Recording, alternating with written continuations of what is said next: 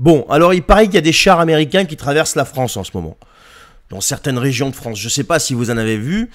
Après avoir creusé un petit peu, j'ai fait mes petites recherches et ça n'a rien d'anodin parce que derrière ça se prépare une espèce de scénario qui est digne d'un film qu'on peut appeler un film catastrophe. C'est bien réel. Alors il faut pas s'alarmer, il faut pas commencer à flipper, il faut pas écouter les types qui vous balancent des vidéos comme quoi ils sont mobilisés, que ça y est, ça va partir en cacahuète. Non, attendez. J'ai fait des recherches moi personnellement pour essayer de comprendre ce qui se passait parce qu'on n'arrêtait pas de m'envoyer ces vidéos et j'ai fini par comprendre. Mais avant de continuer, comme d'habitude, si vous n'êtes pas abonné, abonnez-vous les amis, commentez, likez, partagez, ça donnera un petit coup de pouce à mes vidéos. Je vous en remercie. Alors, de quoi on parle ?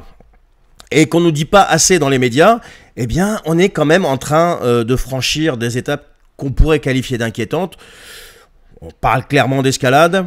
Il y a des chars américains, a priori, qui circulent en France, Pays Basque, Saône-et-Loire et dans d'autres régions.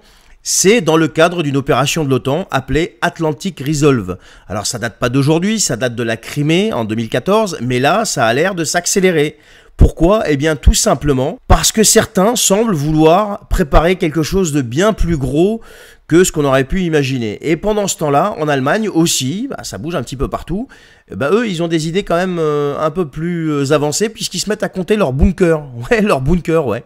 Ils sont en train de recenser tous les abris possibles. On parle de caves, on parle de garages, on parle de stations de métro. Et tenez-vous bien, ils encouragent même la population à transformer leurs caves en refuge. C'est pas un film, c'est une réalité. Et ce que je vous dis là, je ne l'invente pas. Mes sources sont quoi ? Sont Reuters, sont TF1, sont OPEX 360. Et il y a bien d'autres médias qui en parlent. Et attendez, c'est pas tout, parce qu'on a un fameux amiral duquel j'ai déjà parlé qui s'appelle Rob Bauer, qui est une figure clé de l'OTAN. C'est le chef du comité militaire de l'OTAN qui a fait une déclaration, mais plus que fracassante. Il a demandé aux entreprises européennes de se préparer à un, je cite, scénario de guerre. Donc passer en économie de guerre. Il parle de réorganiser les lignes de production et de distribution. Et en bonus, il propose de passer les dépenses militaires des pays membres à 3% de leur produit intérieur brut. Alors c'est pas pour se défendre chez eux, non, c'est pour suivre tout simplement les plans de l'OTAN, les fameux plans de défense. Alors, ça c'est officiel.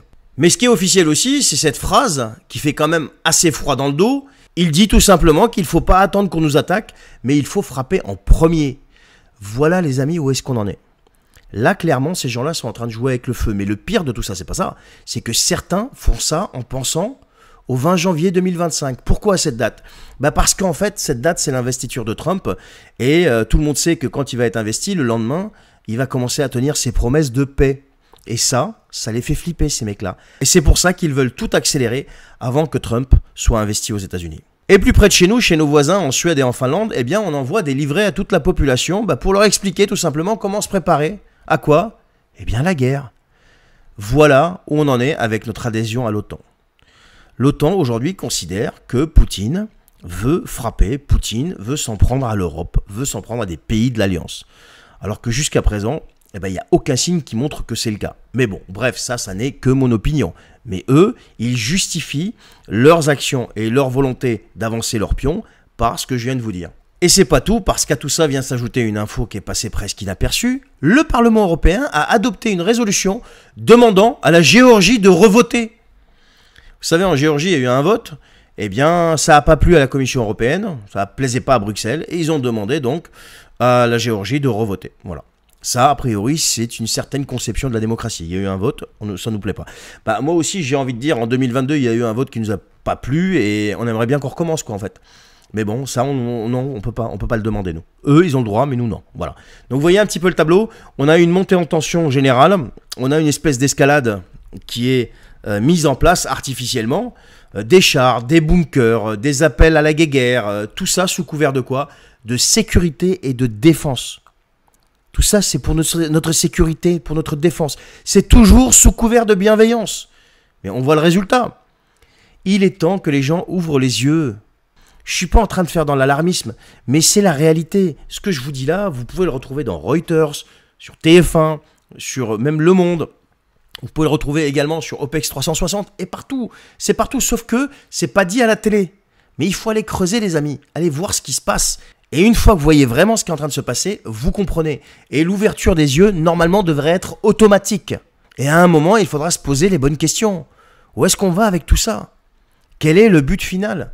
Et quel va être le résultat à l'arrivée? Les conséquences de leurs décisions folles? Même si je pense, et j'en suis intimement convaincu, qu'ils n'oseront pas une seule seconde s'attaquer frontalement à la Russie.